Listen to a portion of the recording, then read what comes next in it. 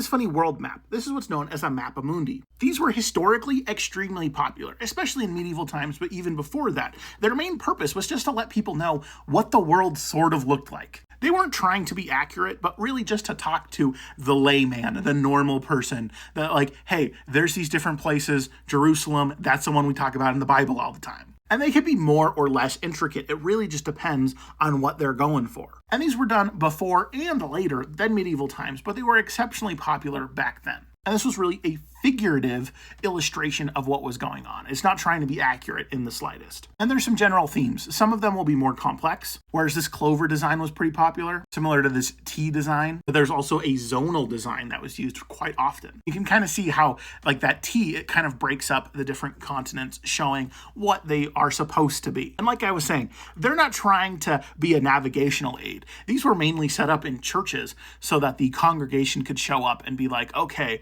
what's going on here? You're talking about Jerusalem. You're talking about Rome. You're talking about Babylon. What are those things? Because if you're a serf who's going to church and you have no idea what's going on, this is 1200 AD, you don't know what's going on. And so these types of maps can help illustrate it, sort of like a simplified map of any country for little children. And while people did travel around in medieval times more than we might think, they would go on a lot of pilgrimages and also to war. And so this was also sort of a help for those people who were like, hey, I'd like to go to Rome. I'd like to go to Jerusalem, but I lived up in England. Oh, we're on an island? That's good to know.